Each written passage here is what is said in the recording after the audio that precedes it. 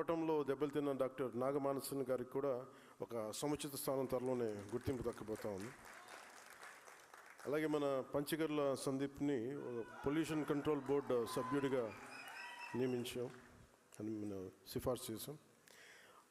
అలాగే నోవాటెల్ ఘటనలో అక్రమ కేసులు పెట్టారు. ఆ ఘటనకి కొద్ది రోజుల ముందు మన పార్టీలోకి వచ్చిన మహిళ శ్రీమతి కొల్లూరు రూప గారు, వారి భర్త ఐ థింక్ షిప్ క్యాప్టెన్ అనుకుంటా, పాపం ఆయన షిప్ ప్రయాణంలో ఉండగా ఇవన్నీ జరిగినాయి. సాంపేని కూడా నాన్ బెయిలబుల్ కేసులు పెట్టి జైలుకి పంపించేశారు. ఆవిడ్ని శ్రీమతి రూప గారిని రాష్ట్ర స్థాయి కార్పొరేషన్ డైరెక్టర్గా పదవికి ఎంపిక చేశాం.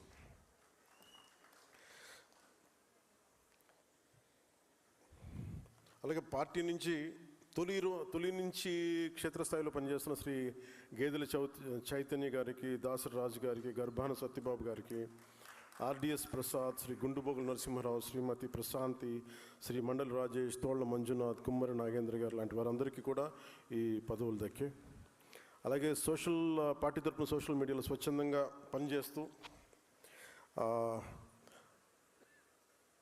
సమావేశం నడుస్తుంటేనే ముఖ్యంగా పాయింట్ లోడ్ చేసి సోషల్ మీడియా కార్యకర్త శ్రీ నల్లే ప్రసన్న కుమార్ గారిని ఒక ఎంఎస్ఎంఈ కార్పొరేషన్ డైరెక్టర్గా నియమితులు. ఆయన ఊహించడం కూడా ఊహించలేదు. అంటే ఎవరి సిఫార్సులు లేవు, ఏ నాయకుల సిఫార్సు లేవు, కేవలం వారు ఎలా పనిచేస్తున్నారు అనే దాని మీదే మనం దీన్ని గుర్తించి మరి తీసుకొచ్చాం. అలాగే పార్టీ మీద అభిమానంతో పనిచేసిన వారికి కుగ్రామంలో ఉన్నా గుర్తించాం. ఉదాహరణకి కోనసీమలో ఇందుపల్లి అనే గ్రామంలో పౌరోహిత్యం చేసుకునే శ్రీ ఆకిళ్ళ నారాయణమూర్తి గారికి జనసేన అంటే చాలా అభిమానం. గత ప్రభుత్వంలో స్థానిక సంస్థల ఎన్నికల్లో పార్టీ మద్దతుతో వార్డు సభ్యుడిగా పోటీ చేసి గెలిచారు. ఆయన్ని బ్రాహ్మణ కార్పొరేషన్ డైరెక్టర్గా ఆయనకి నియమించడం జరిగింది. అలాగే పార్టీ కార్యక్రమాల్లో నిర్వహణ, టెక్నికల్, ఐటీ సపోర్ట్ వింగ్స్లో పాల్గొంచిన శ్రీ పండిట్ మల్హోత్రా, ఉయ్యాల శ్రీనివాస్, మణిప్రియలకి వివిధ కార్పొరేషన్లో పదవులు వచ్చినాయి. ఉదాహరణకి పండిట్ మల్హోత్రా గారి గురించి మాట్లాడితే 19 ఎలక్షన్స్లో ఆయన పోటీ చేసినప్పుడు ఆయన నానా రకాల ఇబ్బందులు పాలు చేశారు. బెంగళూరులో సాఫ్ట్వేర్ ఉద్యోగంలో అంటే వచ్చి కూర్చొని బలంగా నిలబడి ఓడిపోయినప్పటికీ కూడా స్పిరిట్ కోల్పోకుండా ఆత్మస్థైర్యం నిలబడినందుకు ఆయనకి పదవి ఆయనకి ఇవ్వడం జరిగింది. Party IT, legal cells, doctors, legal programmes కమిటీల్లో కూడా బాధ్యతలు చేపట్టమని గుర్తించాం. సగటు పొజిషన్స్లో వారికి ఇవ్వడం జరిగింది. ఓటమి పాలైన పార్టీ కోసం నిలబడిన మహిళా నేతలు శ్రీ పాలవలసి శ్రీ గారికి ఘంటసాల వెంకటలక్ష్మి కార్పొరేషన్ చైర్మన్స్గా నియమించడం జరిగింది. శ్రీమతి టి రమాదేవి, శ్రీమతి రేఖా గౌడ్ను విజయవాడ శ్రీశైలం దేవస్థానం ట్రస్ట్ బోర్డుగా సభ్యులుగా బాధ్యతలు అప్పగించాం. ఉత్తరాంధ్రలో పార్టీ కోసం నిలబడి గిరిజన ప్రాంతాల్లో తిరిగిన కార్యకర్త శ్రీ వన్నెంరెడ్డి సతీష్ని విశాఖపట్నం జిల్లా గ్రంథాలయ సంస్థ చైర్మన్గా నామినేట్ చేశాం. ఇంకా రాష్ట్ర స్థాయి డైరెక్టర్ పోస్టులు ప్రతిపాదించిన 60 మంది ఉన్నారు. వారికి సంబంధించిన ప్రకటన ఇంకో కొద్ది రోజులు తెలుస్తుంది. అలాగే జిల్లాలో బ్లాక్ స్థాయి అంటే agriculture technology management authority committee చైర్మన్లను సభ్యులు నియామకం మొదలవుతూ ఉంది. ఆ కమిటీలు చైర్మన్లు సభ్యులుగా జనసేన కూడా తామాషా పద్ధతి ప్రకారం ఆ పదవులు వస్తాయి. అలాగే జిల్లా గ్రంథాలయ సంస్థల సభ్యులుగా కూడా నియమం చేపడతా ఉన్నారు. అంటే ఇవన్నీ మీకు ఒకటి కాదు, రెండుగా చాలా ఉన్నాయి. సో వీటికి పదవులు చిన్నవా పెద్దవా వీటన్నిటికంటే కూడా మనం దీని బాధ్యతని మనందరం గుర్తించాలి. సో దానికి ఇంకొన్ని సంఘటనలు చెప్పి then I will come to the main contents. ఉదాహరణకి మన చిల్లపల్లి శ్రీనివాస్ గారు ఉన్నారు. ఈరోజు అరేంజ్మెంట్స్ అన్నీ వారి చేతుల మీదుగా జరిగినాయి. చిల్లపల్లి శ్రీనివాస్ గారికి మన భోజన సదుపాయాలు చిల్లపల్లి శ్రీనివాస్ గారు ఆర్గనైజ్ చేసింది. మనస్ఫూర్తిగా వారికి ధన్యవాదాలు తెలియజేస్తాను. అలాంటి వారికి మన ఏపీ ఎంఎస్ఐడిసి చైర్మన్గా వచ్చారు. ఆయన ఇన్ఫ్రాస్ట్రక్చర్ అంటే ప్రజలకి, అలాగే రాష్ట్ర ఎంఎస్సి డెవలప్మెంట్ కార్పొరేషన్ గట్రా శివశంకర్ గారు కానీ, అలాగే టౌన్షిప్ అండ్ టిట్కో దానికి అజయ్ కుమార్ గారు ఈరోజు రాలేకపోయారు, ఆయనకి ఆరోగ్యం బాగాలేక. అలాగే సివిల్ సప్లైస్ కార్పొరేషన్ తోట సుధీర్ గారు, irrigation development corporation Vegulla Leelakrishna గారు, అలాగే ముందు నుంచి కూడా పోలీస్ హౌసింగ్ కార్పొరేషన్కి ఎవరు సరైన వ్యక్తి అంటే మన కేకే అనిపించారు నాకు. ఎందుకంటే పోలీసులు వ్యవస్థతో ఈయన తిన్న తిట్లు ఇంకెవరు తినలేదు, ఈయన పడ్డ గొడవలు ఎవరు పడలేదు ఈ 5 సంవత్సరాలు, ఈ లాస్ట్ ముఖ్యంగా 6-7 ఇయర్స్లో. సో ఎందుకంటే ఆయన్ని పాపం సాధక బాధలు తెలుసుంటాయి ఆయనకి పోలీసులకు సంబంధించి, అందుకని ఆయన్ని పోలీస్ హౌసింగ్ కార్పొరేషన్ నియమించడం జరిగింది. అలాగే హస్తకళ అభివృద్ధి కార్పొరేషన్కి డాక్టర్ హరిప్రసాద్ గారికి, అలాగే జానపద సృజనాత్మక కళల అకాడమీకి వంపూరు గంగులయ్య గారికి, అలాగే సామాజిక వర్గాల కార్పొరేషన్లో ముఖ్యంగా మన మాల వెల్ఫేర్ కార్పొరేషన్కి ఒక మన హైదరాబాద్ సెంట్రల్ యూనివర్సిటీ విద్యార్థిగా ఉండి చాలా ఇబ్బందులు పడినప్పుడు ఆయన్ని పార్టీలో ఉన్నత పదవుల్లో పెట్టాం. అది అయిన తర్వాత ఆయన పోటీ చేసి మనకి జనరల్ సీట్లో పోటీ చేసి ఓడిపోయినప్పుడు కూడా పార్టీకి వెన్నంటే ఉన్నందుకు మాల వెల్ఫేర్ కార్పొరేషన్ చైర్మన్గా పెదపూడి విజయ్ కుమార్ గారిని నియమించడం జరిగింది. తూర్పు కాపు కార్పొరేషన్గా పాలవలసి యశస్వి గారిని, అగ్నికుల క్షత్రియ కార్పొరేషన్కి చిలకలపూడి పాపారావు గారు, క్షత్రియ కార్పొరేషన్ కనకరాజు సూరి గారు, వడ్డీల కార్పొరేషన్ శ్రీమతి ఘంటసాల వెంకటలక్ష్మి గారు, అలాగే కాపు వెల్ఫేర్ కార్పొరేషన్కి కొత్తపల్లి సుబ్బారాయుడు గారు, సామాజిక వర్గాల కార్పొరేషన్ చైర్మన్లకి వీళ్ళు మీకు చాలా కీలకమైన బాధ్యతలు ఇవన్నీ. అలాగే అర్బన్ డెవలప్మెంట్ అథారిటీ చైర్మన్లుగా శ్రీకాకుళంకి కొరికాన రవికుమార్ గారు, అలాగే ఒంగోలు నుంచి షేక్ రియాజ్ గారు, అనంతపురం నుంచి హిందూపురం నుంచి టీసీ వరుణ్ గారు. ఉదాహరణకి మన షేక్ రియాజ్ అయితే పార్టీ కింద పడడం, దెబ్బలు తిన్నా, ఏమన్నా వీళ్ళందరూ అలా నిలబడిపోయిన వ్యక్తులు. అలాగే హిందూపురం నుంచి కూడా వంశీ మన వరుణ్ కరోనా రోడ్లు వేయకపోతే తనే కూర్చోబెట్టి విసుగొచ్చి తనే రోడ్లు వేసిన దాఖలాలు ఉన్నాయి. అలాగే కొరికాన రవికుమార్ గారు పాపం ముందు నుంచి కూడా ఆయన బయటికి రాలేదు, కానీ ఎప్పుడు చాలా సంవత్సరాలు ఆయన ముందస్తుగా వచ్చి అలాంటి వ్యక్తికి శ్రీకాకుళం అర్బన్ డెవలప్మెంట్ అథారిటీ చైర్మన్గా వారిని సిఫార్సు చేయడం జరిగింది. ఈరోజు ఈ కార్యక్రమానికి పదవి బాధ్యత అనేది ఎందుకు పెట్టాలి, ఏ పేరు పెట్టాలనుకున్నప్పుడు నేనే సజెస్ట్ చేశాను, పదవి బాధ్యత అని పెడదామని. ఇది అంటే నా ఉద్దేశంలో ఏముంది అంటే, ఒక పార్టీ నిర్మాణం చాలా చాలా కష్టమైంది. పదే పదే చెప్తా ఉంటాను, కానీ ఒకసారి ఇది మనకి కంప్లీట్గా మన డిఎన్ఏలోకి వెళ్ళిపోవాలి. మేజర్ ప్రాబ్లం పార్టీ పెట్టే సమయంలో మనకున్న రాజకీయ నేపథ్యం ఇవన్నీ ఎలా ఉంటాయంటే, ఒక ముఖ్యంగా రీజనల్ పార్టీస్కి ప్రాంతీయం మీద ఉన్నంత అవగాహన దేశం మీదగానే ఉండదు. కొన్ని సామాజిక సమస్యల మీద ఎంతసేపు ఎలక్షన్ కోణంలో నుంచే పార్టీలు ఉంటాయి, మన ఆలోచన విధానం ఉంటుంది. దానికి విభిన్నంగా ఒక పార్టీ నిలబడాలంటే ఏం చేయాలి, ఒక పార్టీ బలంగా వేళ్ళునుకుపోవాలంటే ఏం చేయాలి, నా తపనంతా ఇదే ఉండింది. నేను ఆల్మోస్ట్ ఒక 23-24 నుంచి నేను పడ్డ తపన, కొన్ని అనుభవాలు అన్నీ కలిసి ఈ రోజున ఇన్ని దాదాపు 4,000 మంది ఈ రోజున పదవులు వచ్చినాయి. ఇన్ని ఎమ్మెల్యేలు కానీ, ఎమ్మెల్సీలు కానీ, మంత్రులు కానీ ఇవన్నీ ఉన్నాయంటే ఇది ఒక పవన్ కళ్యాణ్ అనే వ్యక్తిది కాదు, మనందరం క్యారీ చేస్తున్న ఈ భావజాలం తాలూకు శక్తి, మన పోరాట శక్తి, మన పోరాట పటిమ. అంటే మనకి అంటే ఇది మనం నిలబడగలిగేది. ఒక పార్టీని ఎలా మనం, ఒక వ్యక్తిని మనం ఎలా అంచనా వేస్తాం, గెలిచినప్పుడు సుఖాల్లో వాడిని అంచనా వేయలేము ఎవరిని కూడా. గెలుపు ఓటమిల్లో వీళ్ళు ఎలా నిలబడతారన్న దాని మీదే జీవితం ఉంటుంది. అలాగే మనం ఓడిపోయినప్పుడు నిలబడ్డాము, మీరందరూ ఓడిపోయినప్పుడు నిలబడ్డారు, అందువల్ల ఈరోజు పదవులు ఉన్నాయి.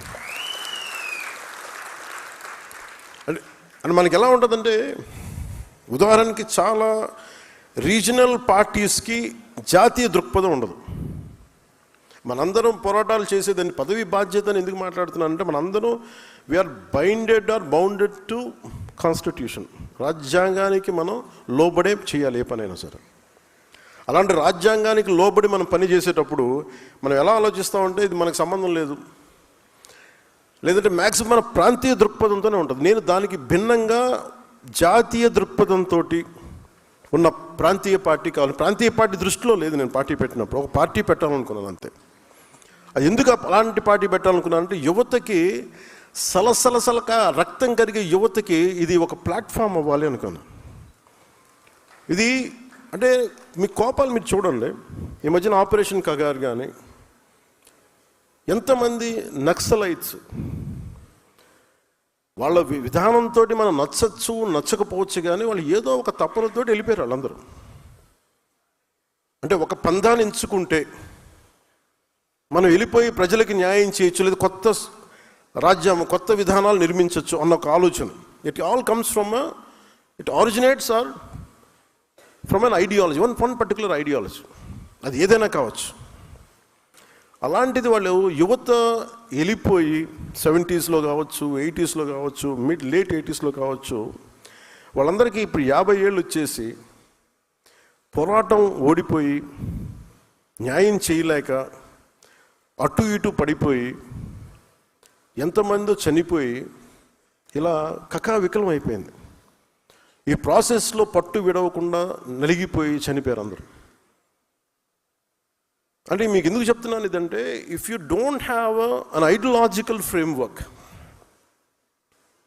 ఒక ideological framework that to with in the norms of constitution, ఒక బ్యాలెన్స్డ్ ఐడియాలజీ లేకపోతే ఏం జరుగుద్ది అని అనడానికి మనకు అనేక దాఖలాలు ఉన్నాయి. మీరు ప్రాంతీయతత్వం తీసుకోండి, దానికి ఒక టైం లైన్ ఉంటుంది. కేవలం 2-3 కులాలే కావాలి అని చెప్పండి, దానికి ఒక టైం లైన్ ఉంటుంది. దాని తర్వాత అవి పడిపోతాయి. తీసేమన్నా హౌస్లో దూరం పెట్టుకున్నాను.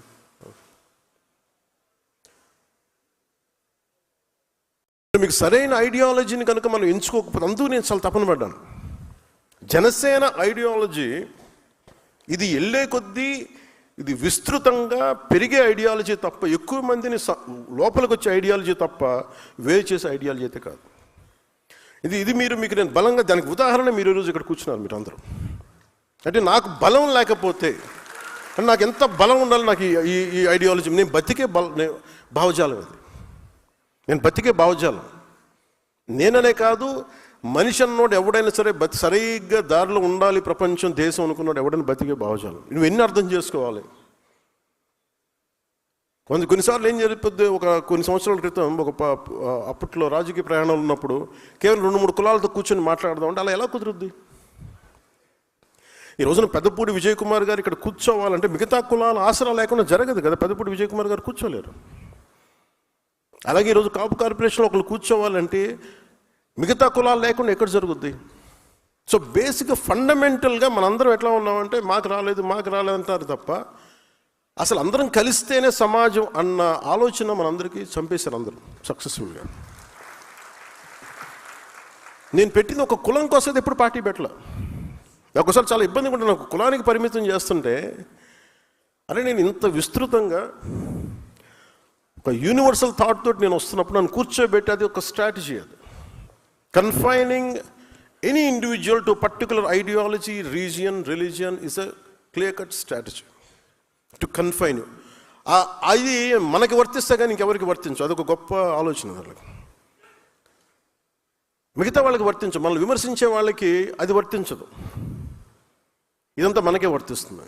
సో అందుకు నేను చాలా ప్రత్యేకించి, నేను చాలా ఆలోచించి, చాలా సోషల్ ఐడియాస్ ఫిలాసఫీస్ చదివి, చాలామంది నిపుణులతో చర్చించి, దీన్ని చాలా సింపుల్, అంటే మనం కూర్చోబెట్టి ఊకదంపుడు ఉపన్యాసాలాగా ఇంత పెద్దవి చెప్పకుండా, ఇంత పెద్ద పెద్ద పుస్తకాలు లేకుండా చాలా, అంటే ఒక వాక్యం రాస్తే అది భావగర్భితమై ఉండాలి. ఒక ఐడియాలజీని మీరు ప్రపోజ్ చేస్తే భావగర్భితమై ఉండాలి. అందుకని ఈ 7 సూత్రాలతోటి అంత భావగర్భితంతో చేసాం. దాన్ని మీరు వెతికితే వాల్యూమ్స్ రాయొచ్చు ఒక్కొక్క దాని మీద ఉదాహరణలతోటి. ఉదాహరణకి ప్రాంతీయతని విస్మరించని జాతీయవాదం ఎందుకు పెట్టామంటే, మనం కూర్చొని ఈ ప్రతి 50-70 కిలోమీటర్ 100 కిలోమీటర్లకి మన కల్చర్ మారిపోతూ ఉంటుంది. మనది ఆహార అలవాట్లు మారిపోతాయి, ఆచార వ్యవహారాలు మారిపోతూ ఉంటాయి, మాట తీరు, మాట యాస మారిపోతూ ఉంటుంది.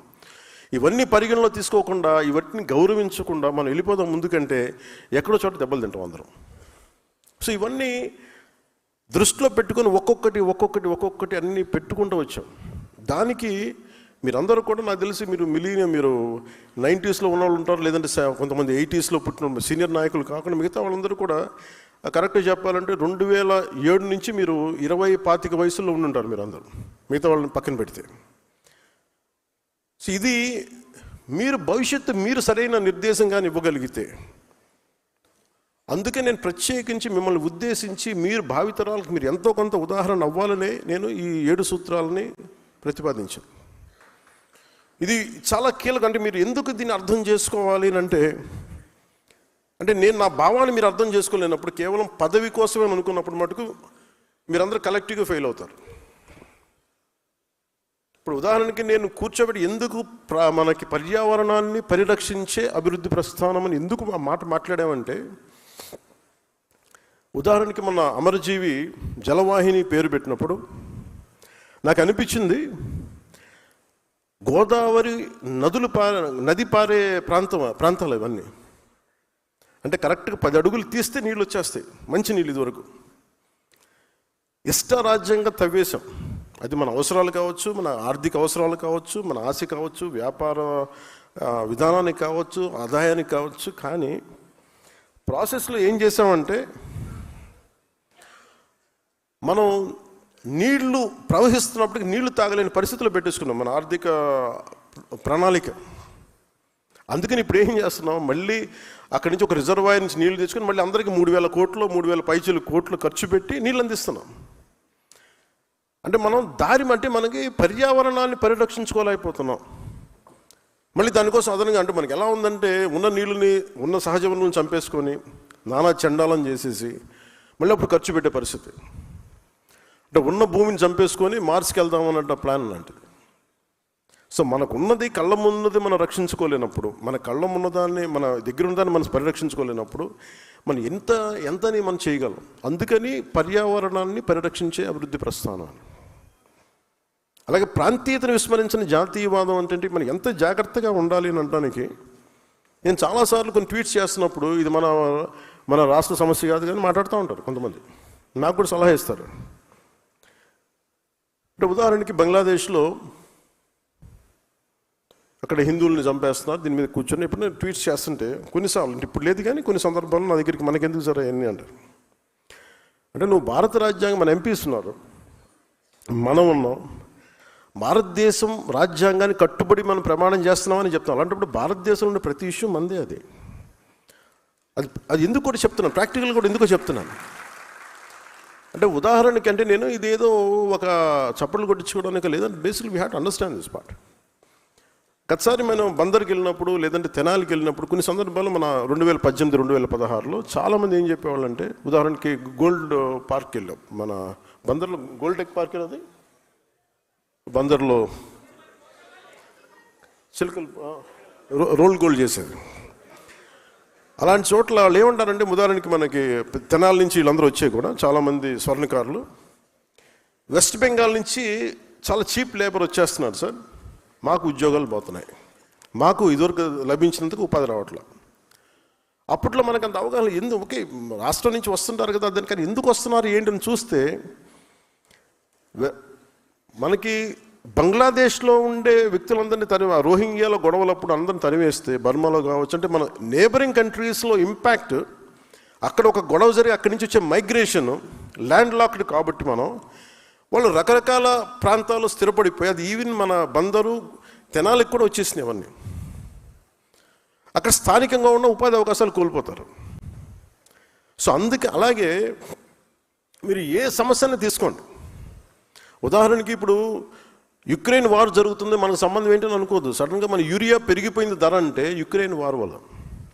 అంటే ఇది ఎందుకు చెప్తానంటే, సామాన్య ప్రజానీకానికి ఇది అవసరం లేదు, కానీ యాజ్ అ పొలిటికల్ లీడర్స్ మీకు అవగాహన ఉన్నదానికి, మీకు ఇది అవగాహన లేకపోతే అంతర్జాతీయ సమస్యల మీద, స్థానిక సమస్యల మీద మీరు బలంగా మాట్లాడాలి. ఎందుకు నేను ఇది మాట్లాడుతున్నాను, మేము ఇందుకోసం మాట్లాడుతున్నాను అని బలంగా చెప్పడానికి మీకు ఆ అవగాహన ఉంటుంది. అందుకు నేను చెప్తాను. అలాగే కల్చర్ మ్యాటర్స్, మన సిద్ధాంతాలు కూడా కల్చర్ గురించి ప్రత్యేకించి ఉంటుంది. భాషా యాసల్ని గౌరవించకపోతే, సంస్కృతిని గౌరవించకపోతే చాలా గొడవలు వచ్చేస్తాయి. ఒక్కొక్క 60-70 కిలోమీటర్లు మన ఉత్తరాంధ్రలో ఒక యాస ఉంటుంది, దాన్ని వెటకారం చేయడానికి కుదరదు. అది ఆ భాషతో యాస తాలూకు అందం అది. సో మిగతా జిల్లా వాళ్ళు అట్లాగే చూసుకుంటే చిన్నప్పుడు నేను వినేవాడిని అవన్నీ.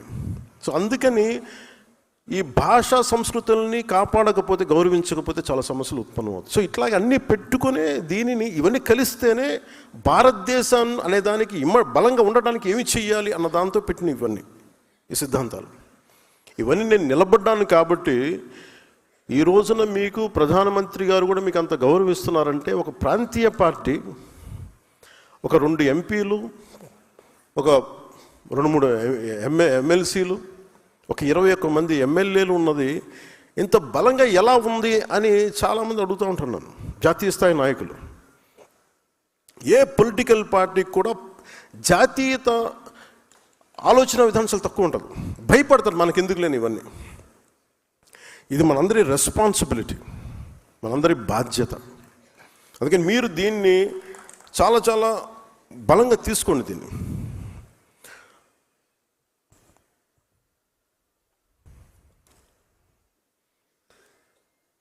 భవిష్యత్తులో మనం ఏం చేద్దాం వీటన్నిటికీ మాట్లాడటానికి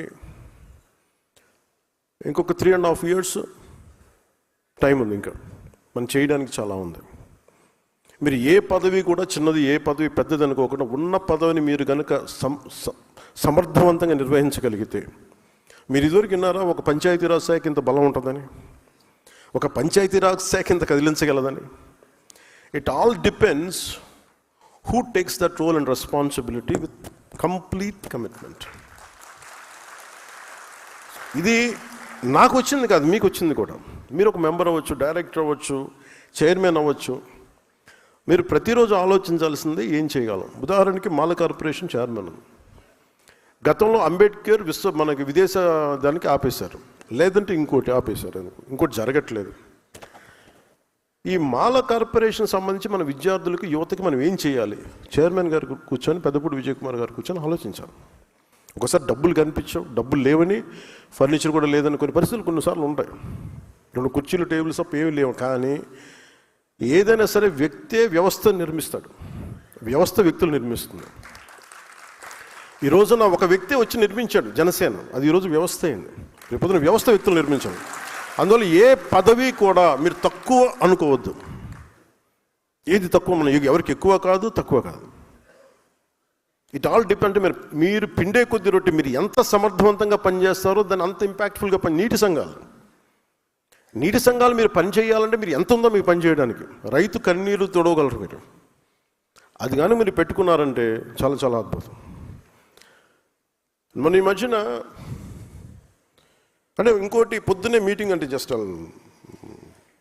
నేను ఎంత బాధ్యతగా ఉన్నాను చెప్పడానికి మీకు చెప్తున్నాను. ఒకటి, మీరు ప్రతి నాయకుడికి బాధ్యత తగ్గించాల్సిన అవసరం ఉంది.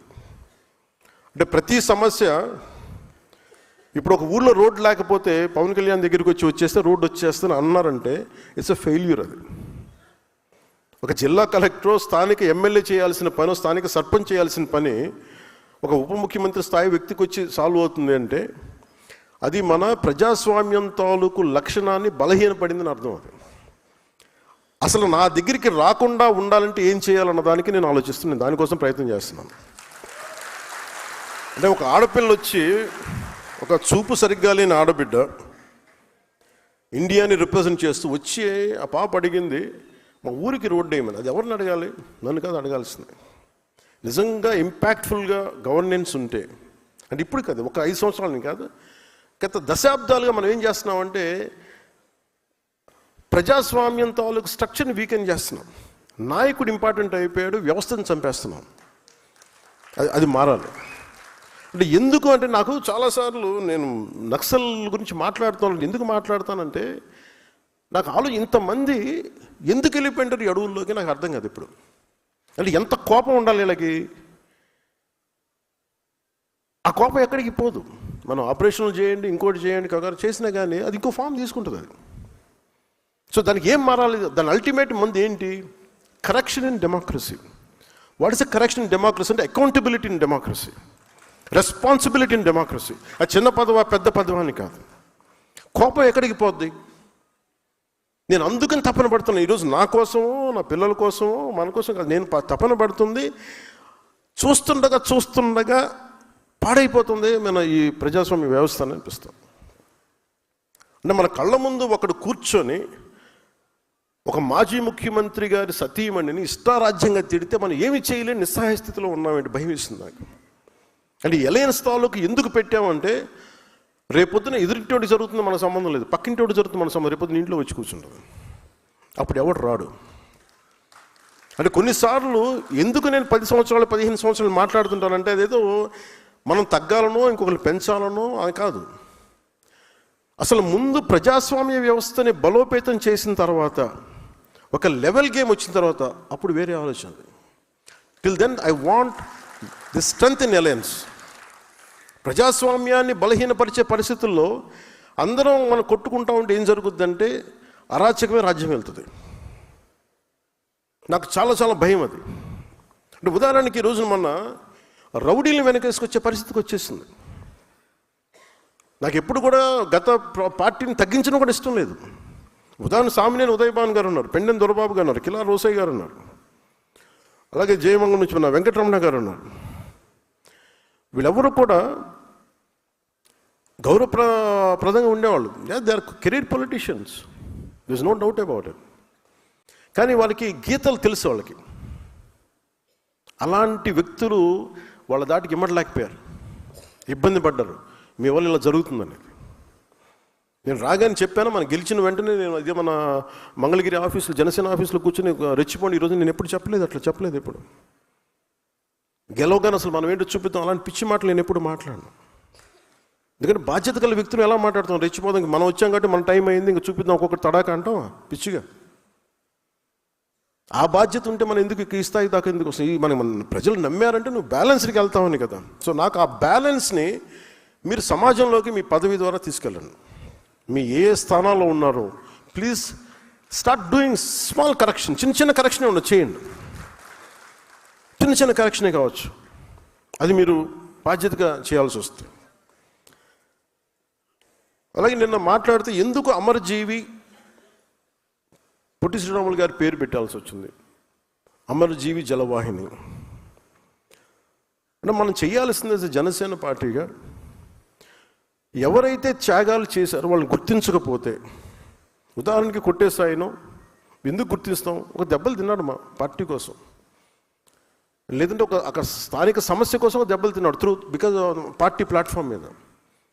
మనమే ఇలా కూర్చోబెట్టి పార్టీ కోసం పనిచేసిన వాళ్ళని గుర్తించి ఇంత ఆనందం మనకుంటే, ఇన్ని వేల మంది ఇక్కడ కూర్చొని మాట్లాడుతూ ఉంటే మనకి ఇంత ఆనందం ఉంటే, ఇన్ని కోట్ల మందికి దేశం మొత్తం మీద భాషా ప్రయుక్త రాష్ట్రాలు తెచ్చిన మహానుభావుడు, లేదంటే తెలుగువాడి ఉనికి, తెలుగు జాతి, తెలుగు ఆత్మగౌరవం అని ఈరోజు మనం మాట్లాడగలుగుతున్నామంటే దానికి మూల పురుషుడు అమరజీవి పొట్టి శ్రీరాములు.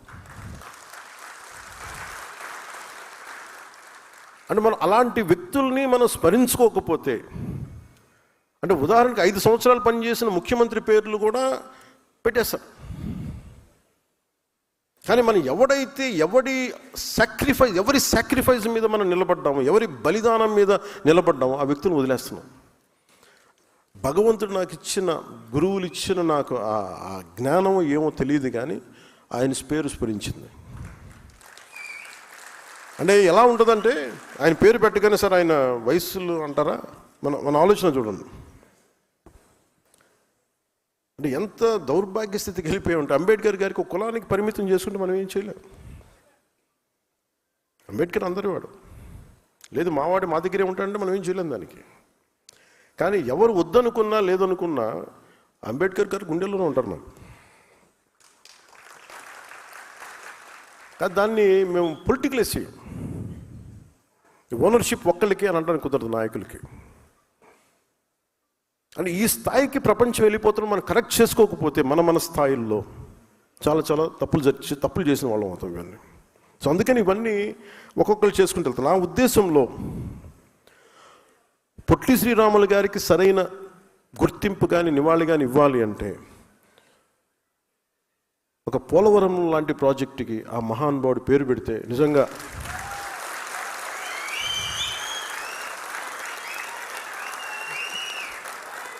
ఎందుకంటే అంటే భాషా ప్రయుక్త రాష్ట్రాలు తెచ్చినవాడు, ఆకలితో అలమటించినవాడు.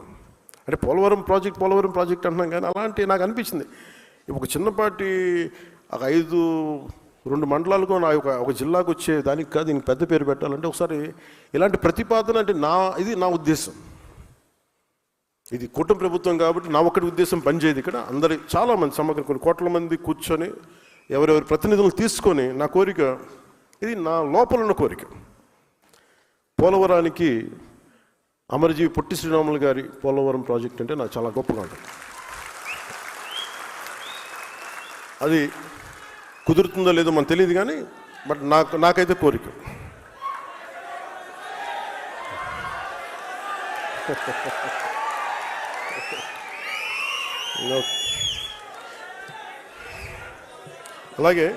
అలాగే ఇంకొక కీలకమైన అంశాలు ఏంటంటే,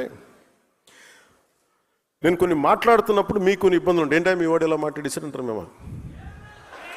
అలాగే ఇదిగా నేను అమర్జీవి గారి గురించి మాట్లాడలా. నేను ఉదాహరణకి కులాల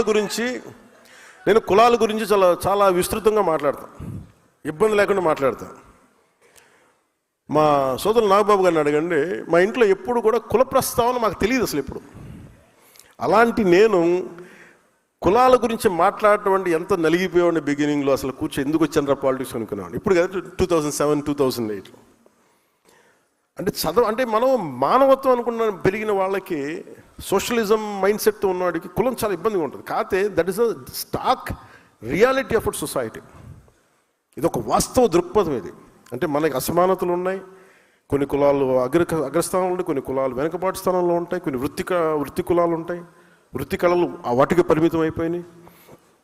అందుకని కులాలని నేను సమగ్రంగా స్టడీ చేశాను. స్టడీ చేసుకున్న తర్వాత అప్పుడు అవగాహనతో వచ్చి మాట్లాడాను. అందుకు నాకు ఇబ్బంది ఏముండదు. నేను ఒక కులం గురించి మాట్లాడుతున్నానంటే ఇంకో కులాన్ని ఎప్పుడు పెంచడం కాదు, ఇంకో కులాన్ని తక్కువ చేయడం కాదు, ఒక వాస్తవాన్ని మాట్లాడుతున్నాను అంతే. అందుకని నేను ప్రత్యేకించి కులాల గురించి మాట్లాడేటప్పుడు మన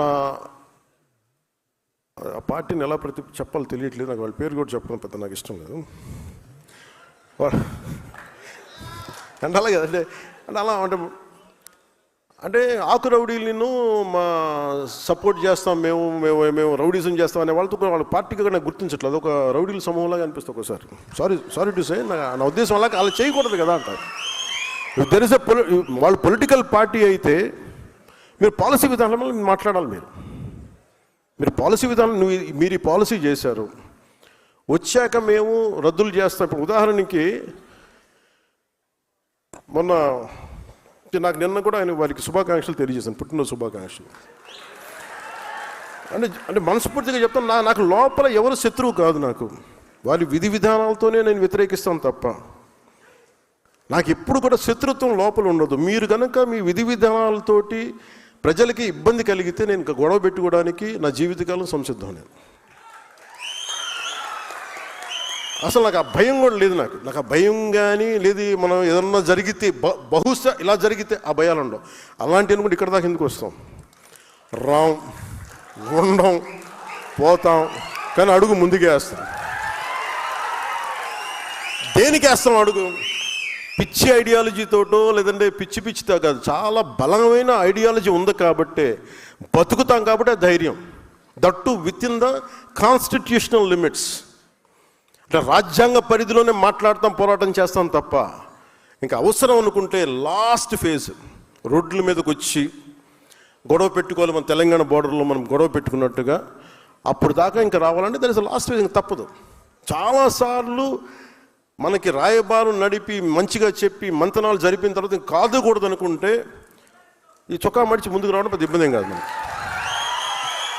అంటే ఎందుకంటే that is a last option. అది ఆఖరి అస్త్రం. అది ఆఖరి అస్త్రం వరకు నువ్వు కూర్చొని ఎంత సయోధ్యతోటి ఎంత సముచితంగా మాట్లాడతావో అన్న దాని మీద నీ స్థాయి ఉంటుంది.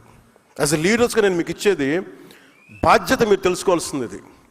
మీరు గొడవ పెట్టుకోమని నేను ఎప్పుడు చెప్పట్లేదు రోడ్ల మీద, కానీ మీరు ఆర్గ్యుమెంట్ చేయండి, డిబేట్ చేయండి with in the framework of proper language, అందరికీ ఆమోదయోగ్యమైన భాష. అలాగే పొద్దున్నే నేను గౌరవ ముఖ్యమంత్రి నారా చంద్రబాబు నాయుడు గారికి ఒక క్యాబినెట్ మీటింగ్లో మాట్లాడుతూ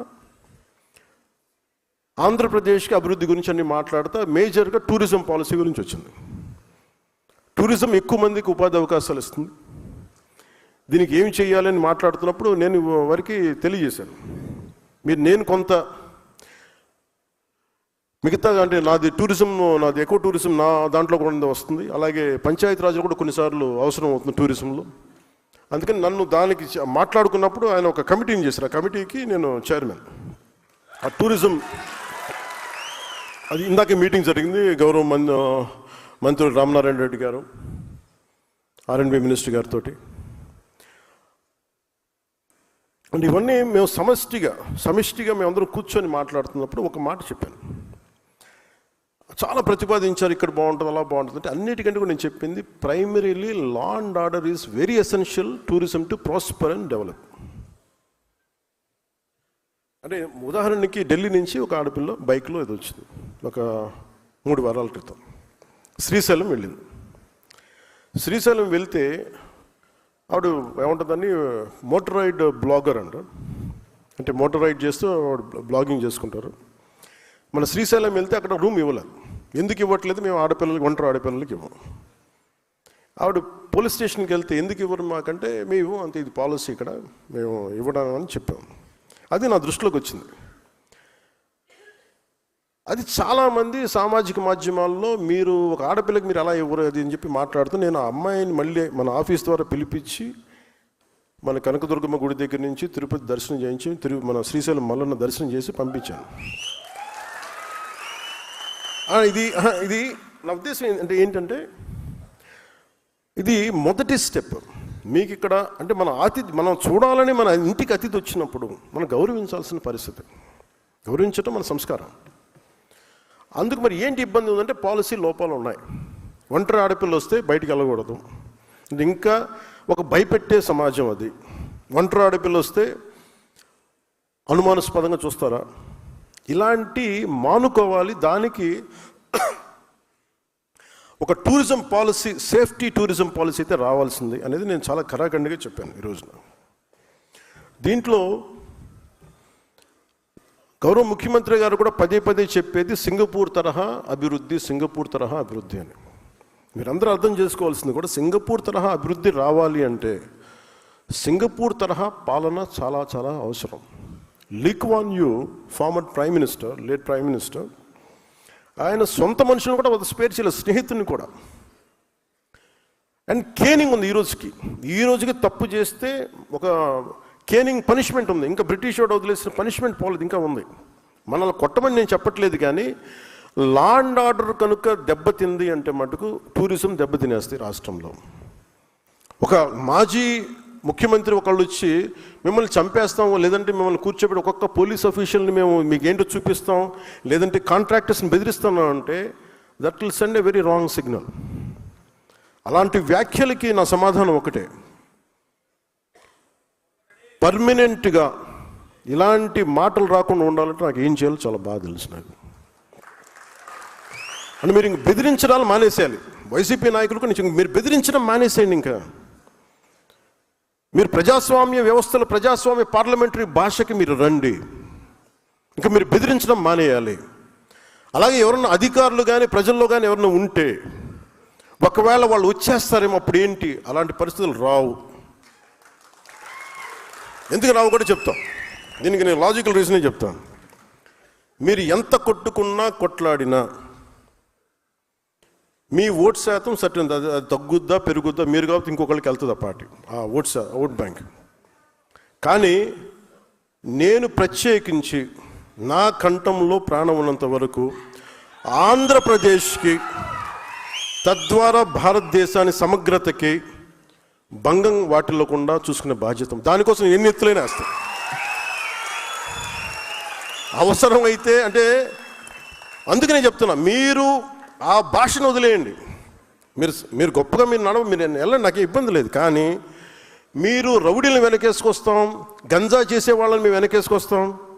తెనాల్లో గంజాయి రౌడీలను పోలీసులు పెడితే వీళ్ళు వాళ్ళకి మద్దతుగా పోలీసులకి వెళ్ళారు, వీళ్ళు మన జ్యుడిషియరీకి వెళ్ళారు, న్యాయ వ్యవస్థకి. న్యాయ వ్యవస్థని ఈ రోజున ఏదైనా చేద్దామంటే పోలీసులు ఇబ్బంది పడతాం సార్, చేస్తే మళ్ళీ పోలీసు మనకి కేసులు పెడతారేమోనని, జ్యుడిషియరీ కేసులు అవుతాయేమని, జ్యుడిషియరీ మేము సమాధానం చెప్పాల్సి వస్తుందని. మరి లా అండ్ ఆర్డర్ మరి ఎలా హ్యాండిల్ చేస్తాం? మరి ఒకవైపు ఏమో జ్యుడిషియరీలో ఢిల్లీ హైకోర్టు అయితే నా రిమెంబర్, నాకు సరిగా ఎగ్జాక్ట్ డేట్ గుర్తులేదు, కానీ ఒక ఢిల్లీ హైకోర్టు జడ్జి ఒక ఆయన మాట్లాడింది, ఒక రేప్ జరిగితే అంగచ్ఛేదం చేయండి వాడు చేసిన వాడికి అని అంత కోపం వచ్చేసింది ఆయనకి. మరి దెబ్బ కూడా కొట్టకూడదు క్రిమినల్ అంటే మరి ఏం చేయాలి? తప్పు చేసిన వాడిని దెబ్బ కూడా కొట్టకూడదు అంటే మనం చేసుకునే క్రిమినాలిటీ ఎక్కడ ఆగుతుంది? నేరాలు ఎక్కడ ఆగుతాయి? ఒక 10 మంది కూర్చొని ఒక ఫ్యామిలీ ఒక హోటల్కి వెళ్దామో లేదంటే ఒక బీచ్కి వెళ్దామంటే 10 మంది కూర్చొని రౌడీలు ఏడిపిస్తూ ఉంటే వాళ్ళు ఎక్కడికి పారిపోతారు? క్రిమినల్స్ వస్తే, పోలీసులు నిలబడకపోతే. అందుకని మీరు పదవి బాధ్యతలో ముఖ్యంది లా అండ్ ఆర్డర్ చాలా చాలా బలంగా ఉంటుంది. మీ స్థాయిలో మీకు కనిపిస్తే స్థానిక పోలీసులకు, పనిచేసే పోలీసులకు మీరు మద్దతుగా నిలబడండి, బలంగా నిలబడాలి. తప్పులు జరుగుతున్నాయి, కరెక్ట్ చేయండి వాటిని. అంటే క్రిమినాలిటీ మీకు కనుక పెరిగిపోయింది అంటే మటుకు ఈ రాష్ట్రాన్ని ఇంకెవడు బాగు చేయలేడు. అందరికీ భయాలు ఉన్నాయి. వాళ్ళు ఐఏఎస్లు కావచ్చు, ఐపీఎస్లు కావచ్చు, వాళ్ళందరికీ వ్యవస్థను అందరం చంపేశారు. పొలిటికల్ లీడర్షిప్ మెల్లిగా వ్యవస్థను చంపేస్తుంది. అంటే ఒక అధికారి వస్తే, ఒక పొలిటికల్ లీడర్షిప్ 10 మంది అనుకుంటే తప్ప ఏమి చేయలేని పరిస్థితికి వచ్చింది. మీరు అలాగే నేను కొన్నిసార్లు ప్రైవేట్ సెటిల్మెంట్స్ మనం చేయకండి. మీరు ఒకవేళ చేయాల్సి వస్తే అది చాలామంది కూర్చోబెట్టి చాలా జాగ్రత్తగా చేయండి. అవి కొన్నిసార్లు ఎవరు లేకుండా మన దగ్గరికి వస్తారు, నేను అర్థం చేసుకోగలను. Private settlements, land disputes. కానీ దాన్ని మీరు అవకాశంగా తీసుకొని, మన పదవులు అవకాశంగా తీసుకొని దయచేసి అవన్నీ చేయకండి. అది ఎందుకు వద్దంటే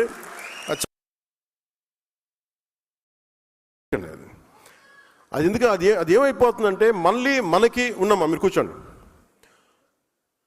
అది ఏం జరుగుద్ది అంటే మనం కనుక ఇలా మనం కనుక కరెక్ట్ చేయకపోతే మనకిను ప్రీవియస్ గవర్నమెంట్కి తేడా ఏముంటుంది అది మీరు ఆలోచించండి. ఈ రోజున మీకోసం చొక్కాలు చించుకొని రోడ్ల మీద ఆడపిల్లలు ఇబ్బంది పడి వచ్చి ఓట్లేసినందుకు మనం కృతజ్ఞతగా మనం వారికి ప్రజలకి నిలబడకపోతే మనందరం తలదించుకోవాల్సి వస్తుంది. నేనైతే తలదించుకోను. నా పార్టీని మొత్తం ప్రజలకే, నేను ప్రజల సమస్యను నేను వినదలుచుకున్నాను. వారి సమస్య కోసమే, వారి అవసరం మేరకే నేను ఉంటాను. నాకు పార్టీ కంటే కూడా ప్రజలు చాలా, భద్రత చాలా ముఖ్యం నాకు. కూర్చోమ్మా, నువ్వు కూర్చో. సభా సంస్కారం ఉండాలి కదా మీకు, పద్ధత మీకు. సో లా అండ్ ఆర్డర్ మటుకు you have to get into control. మీ చేతుల్లోకి రావాలి, చెప్పాలి. ఇష్టరాజ్యంగా చేసేస్తున్నారు అందరూ. ఎందుకంటే ప్రజలు ఒకసారి తిరగబడ్డారంటే ఇప్పుడు ఏం చెప్పరు మీకు. ఎలక్షన్లు వచ్చేవారు ప్రజలు ఎవరు చెప్పరు, మీరు గుర్తుపెట్టుకున్నది. మన నాయకులు కూడా అదే చెప్తున్నారు, మీరు ప్రజలు ఇప్పుడేం చెప్పరు, భయపడతారు. కానీ ఎన్నికలు వచ్చినప్పుడు మటుకు వాళ్ళ కోపం అప్పుడే చూపిస్తారు, గత ప్రభుత్వానికి చూపించినట్టుగా. అది మర్చిపోకండి, అది ఎప్పుడు మర్చిపోకండి. సమస్య కోపం వచ్చిన రోజున వాళ్ళు ఏం చేస్తాం, మనం అప్పుడు కష్టాలు వస్తాయి. నాకు ఎందుకు భయం లేదని, నాకు ఓడిపోయినా గెలిచినా నేను ఎప్పుడు మారలా. నేను ఎప్పుడు ప్రజల కోసం పనిచేస్తాను, ప్రజల కోసమే పనిచేస్తాను. అందుకని మీరు దయచేసి 2 చేతులు జోడించి చెప్తున్నాను, దయచేసి ప్రజల్ని ఇబ్బంది పాలు చేసే ఈ పవర్ని దయచేసి మిస్యూజ్ చేయకండి. నేను మిస్యూజ్ చేయను. మీరు మిస్యూజ్ చేస్తానంటే చూస్తూ కూడా కూర్చోను.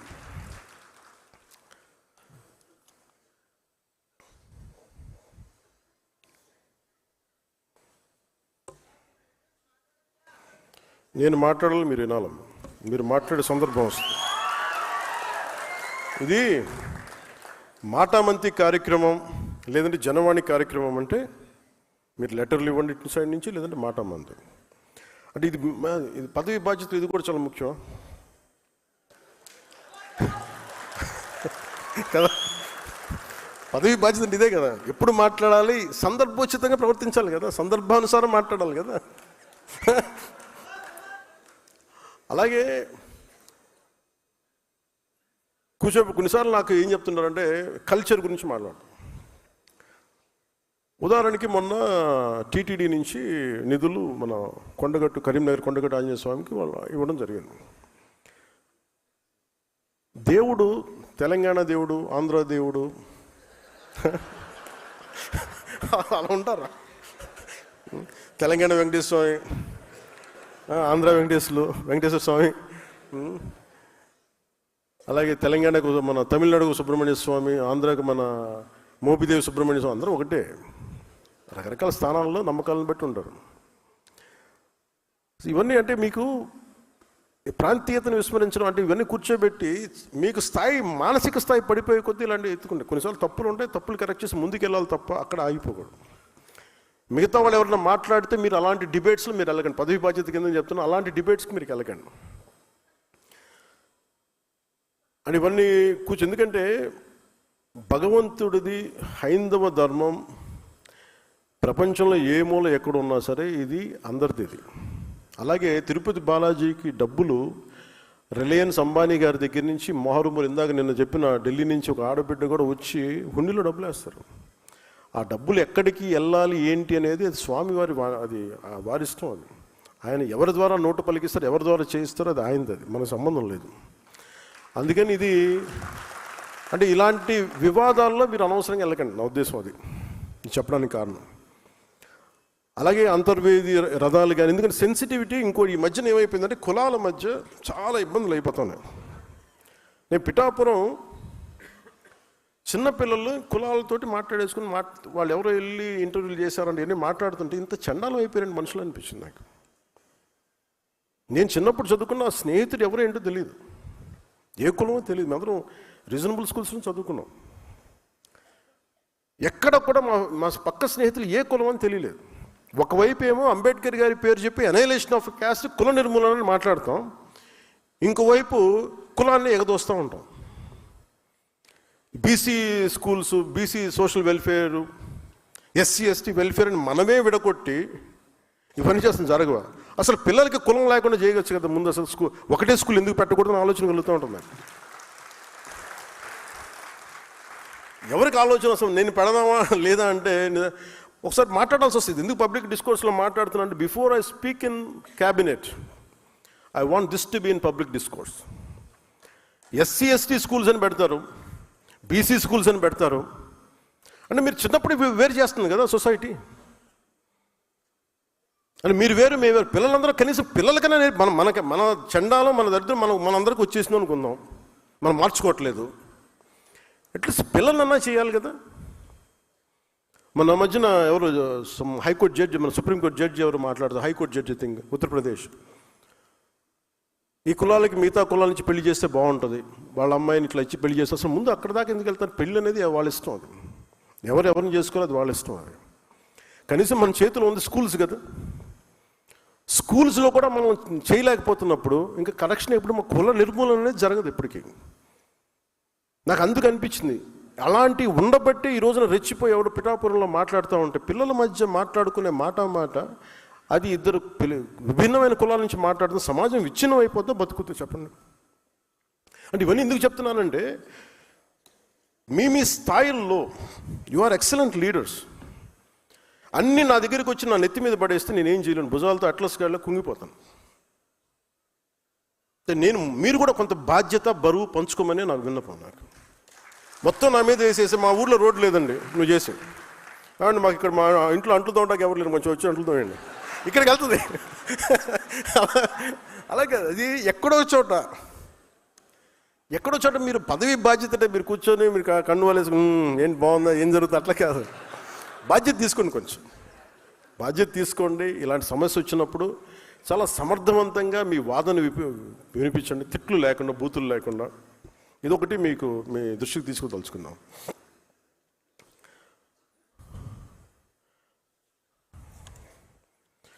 ఇది మనకి rarest of the rare opportunity.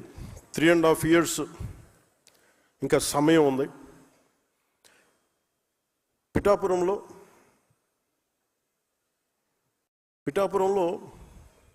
ఒక ఎక్సైజ్ స్టార్ట్ చేశాను.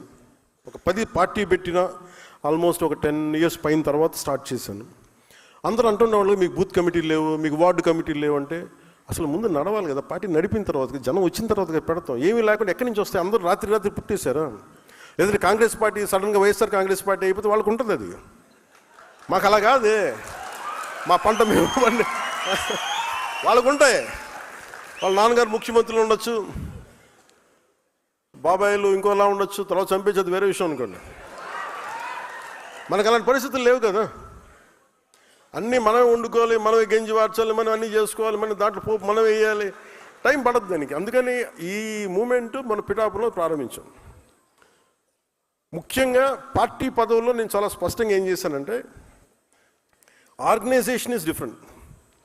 జనసేన ఆర్గనైజేషన్ బిల్డింగ్కి జనరల్ సెక్రటరీగా రామతల్లూరి గారిని పెట్టాం. ప్రత్యేకించి వారిని ఎందుకు పెట్టామంటే హిజ్ ఆర్గనైజేషనల్ బిల్డింగ్ స్కిల్స్ ఉన్నాయి ఆయనకి. ఆయన పంపించి పిఠాపురం పంపించి ఆ మోడల్ మిగతా మీ నియోజకవర్గాలు మీరు కూడా చేయాల్సి అందుకని చెప్తున్నాను. దాదాపు 53 గ్రామాల్లో 51 గ్రామాలకి అన్ని వార్డుల కమిటీలు నియమించేసాం, అన్ని ఇంక్లూడింగ్ బూత్ కమిటీల్లో సహా. అది ఎట్లా చేసాం? అది నాకు నచ్చిన వాళ్ళు లేదంటే మన నాయకులు నచ్చిన వాళ్ళో పెట్టలా. 10 మంది జన సైనికుల్ని స్థానికంగా ఉండే వీరమహిళలందరూ కూర్చోబెట్టి మీకు ఎవరికి కావాలి మీ నాయకుడు ఎన్నుకోండి అంటే చాలా వరకు అసలు ఏకపక్షంగా మాకు ఈ వ్యక్తి ఉంటే సరిపోతుందని వచ్చిన గ్రామాల్లో ఉన్నాయి. లేదు కొంచెం ఓటింగ్ అంటే ఓటింగ్ పెట్టుకున్న గ్రామాలు చాలా ప్రజాస్వామ్య పద్ధతి, చాలా డెమోక్రటిక్ మీన్స్లో చేశాం. ఇది ప్రతి నియోజకవర్గానికి ఇది ఒక మోడల్ అవ్వాలి.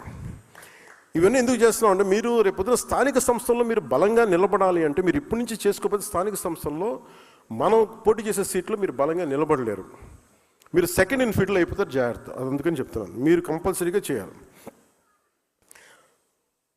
అలాగే ఈ పోటీ చేయాలనుకునే వారికి స్థానిక సంస్థల స్వరూపం, వాటి ద్వారా చేయగలిగే సేవ అభివృద్ధి గురించి తెలుసుకోవాలి. అలాగే పంచాయతీ వ్యవస్థని బలోపేతం చేస్తున్నాం, సర్పంచుల గౌరవాన్ని పెంచుతున్నాం. నేను రాగానే చేసింది వీళ్ళు వైసీపీ సర్పంచ్లు 70% వైసీపీ సర్పంచ్ 80%. మరి ఫస్ట్ 10,000 మొత్తం డబ్బులు విడుదల చేసాం. 15th ఫైనాన్స్ కమిషన్ నిధులు కూడా వెళ్ళినాయి అంటే వాళ్ళు మన వాళ్ళని కాదు, వ్యవస్థను బతికించడానికి వాళ్ళ వైసీపీ సర్పంచ్లలో వాళ్ళ ఖాతాలో డబ్బులు పడ్డాయి. ఇంకా వ్యవస్థను బతికించేవాడు మనని చూడకూడదు, అది నిష్పక్షపాతంగా ఉండాలి. సో అందుకని దీన్ని దృష్టిలో పెట్టుకుని మీరు కూడా చాలా బలంగా ఈ అవగాహన పెంచుకోవాల్సిందిగా కోరుకుంటున్నాం. అలాగే మెంబర్షిప్ డ్రైవ్ చేస్తున్నాం. నేను మన చాలాసార్లు అయిపోతుంది మెంబర్షిప్ డ్రైవ్, మనకి జనసేన పార్టీ మెంబర్షిప్ డ్రైవ్ అంటే ప్రతి ఒక్కరు కూడా మీలో కూడా నాకు తెలిసి 95% మెంబర్షిప్ ఉండుంటారు, ఒక 5% మిస్ అయ్యారు నాకు ఎందుకు అనిపిస్తుంది. ఒకరు తప్పది కరెక్ట్ చేయండి. అంటే కొన్నిసార్లు మెంబర్షిప్ ల్యాబ్స్ ఉందేమో చూసుకోండి. మెంబర్షిప్ లేకుండా జనసేన పార్టీకి పదవి పొందడం తప్పదు. సో దయచేసి ఎవరైనా ఉంటే ఒకళ్ళిద్దరు ఉంటే దయచేసి దాన్ని కరెక్ట్ చేసుకున్నాను. ఎందుకు నేను ఈ విషయం చెప్తున్నానంటే ఈ పిఠాపురం ఎన్నికలు మనకి వార్డు కమిటీలు ఎన్నికలు జరుగుతున్నప్పుడు చాలామంది వచ్చి మేము కూడా జనసేన అంటే కండువా వేసుకుంటే జనసేన మెంబర్ అవి తీరాలి. మీరు కండువా వేసుకున్నంత మాత్రం జనసేన మెంబర్ అవ్వాలి, క్రియాశీలకంగా పనిచేయాలి. అది కూడా ఏంటంటే కొన్ని సంవత్సరాలు పనిచేసిన తర్వాత నీకు ఏదో పోటీ చేస్తే అది పెట్టాను దానికి ఒక రూల్ పెట్టాను దానికి. లేకపోతే ఏమైపోతుందంటే అంటే నా భయం ఏంటంటే జనసేన బలమే జన సైనికులు వీరమహిళలు. ఈరోజు ఇంతమంది ఆడబిడ్డలు కూర్చొని పోరాటం చేశారంటే వాళ్ళకి ఏ పదం ఉందని వాళ్ళకి దెబ్బలు తిన్నారు. ఇందాక చెప్పిన బ్రాహ్మణ కార్పొరేషన్ చైర్మన్ కానీ పోటీ కూర్చోబెట్టినారు, మన పెద్దపూడి విజయ్ కుమార్ కానీ, వీళ్ళెవరికి పదవులు లేవు కానీ బలంగా నిలబడ్డారు. అందుకని మీరు కూడా దాన్ని దృష్టిలో పెట్టుకొని మీరు మెంబర్షిప్ అనేది చాలా కీలకం జనసేనకి.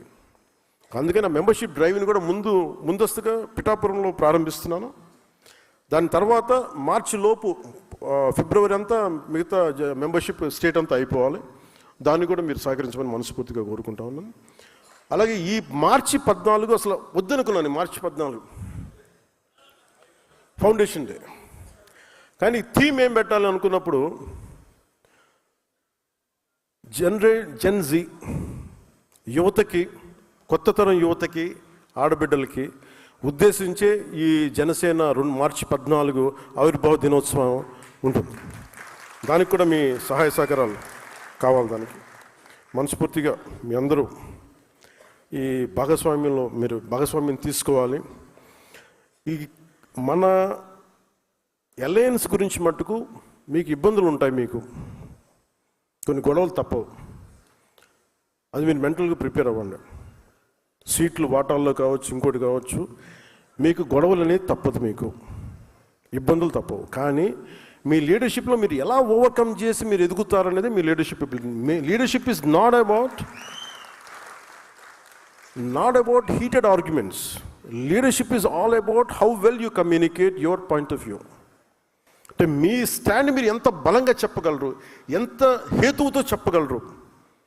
పంచాయతీ అంటే మీరు సర్దాలి అంటే లీడర్షిప్ అనేది గొడవ పెట్టుకొని కండలు పెంచుకునేవాడు లీడర్ అవ్వలేడు, ఒప్పించేవాడే నాయకుడు అవుతాడు. ఇంతమంది చాలా ప్రతికూల పరిస్థితుల్లో కూడా అందరినీ ఏకతాటిపైన తీసుకొచ్చేవాడే నాయకుడు అవుతాడు తప్ప గొడవలు పెట్టి వేరు చేసేవాడు నాయకుడు అవ్వలేవాడు. ఏదో ఒక రోజు జనం వదిలేస్తారు, గుర్తుపెట్టుకున్నాం. అందుకని నేను మిమ్మల్ని అందరినీ ఎలాంటి నాయకులు అవ్వాలని కోరుకున్నానంటే, గొడవలు వచ్చినా కానీ ఎలా మీరు కూర్చొని పరిష్కరించగలరు. అందుకని మనస్ఫూర్తిగా మీరు దీన్ని దృష్టిలో పెట్టుకొని, ఈ పదవి బాధ్యత అనేది మనకి అలంకారం కాదు, బాధ్యత. నేను అంత బాధ్యతగా నేనున్నాను, నేను వదలట్లేదు దీన్ని. ఈ 3.5 సంవత్సరాల్లో మీరు కనుక అద్భుతంగా చేయగలిగితే, మీ చేతిలో ఒక పిడికిడి సాయం చేయండి, ఒక మనిషికి సాయం చేయండి చాలు. నేను అదే అనుకుంటా, ఒకసారి నా దగ్గర బడ్జెట్ లేదు, ఇంకో లేదు అనుకుంటే 1 కిలోమీటర్ రోడ్డు వేయగలను అనుకుంటాను, అది చాలు, నేను చేయగలుగుతాను. ఒక ఊరు కనీసం అంటే ఏమి చేయలేని కాడి ఎంతో కొంత చేయండి, అది నా ఉద్దేశం.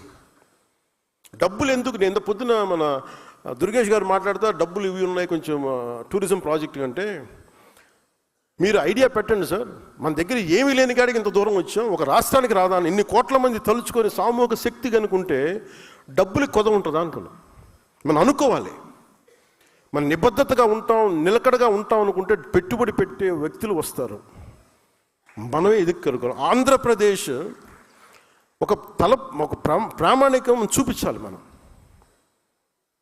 అందుకని దాన్ని మీరు దృష్టిలో పెట్టుకొని మనందరం సమిష్టిగా పనిచేయాలని మనస్ఫూర్తిగా నేను కోరుకుంటూ, మీ అందరికీ ఒక్క ప్రమాణం చేసి దీన్ని ముగిద్దాం ఈ సభని. ఉందండి ఇక్కడ.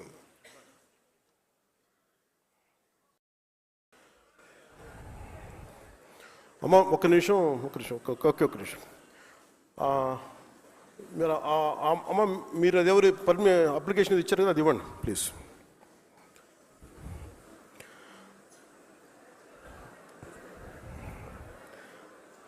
ఒకసారి నేను చెప్పింది ఇది, ఈ ప్రమాణం చేసిన తర్వాత మనం జాతీయ గీతంతో ముగిద్దాం వేసాం. ఆంధ్రప్రదేశ్ ప్రభుత్వం అప్పగించిన పదవిని బాధ్యతాయుతంగా స్వీకరించాను. రాష్ట్ర సర్వతోముఖ అభివృద్ధి, ప్రజా సంక్షేమం లక్ష్యంగా ప్రభుత్వ ఆశయాలకు అనుగుణంగా పనిచేస్తాను. ప్రజలకి జవాబుదారీగా ఉంటూ వికసిత్ ఆంధ్రప్రదేశ్ సాకారానికి, వికసిత్ భారత్ లక్ష్యానికి కృషి చేస్తానని దైవ సాక్షిగా ప్రమాణం చేస్తున్నాను.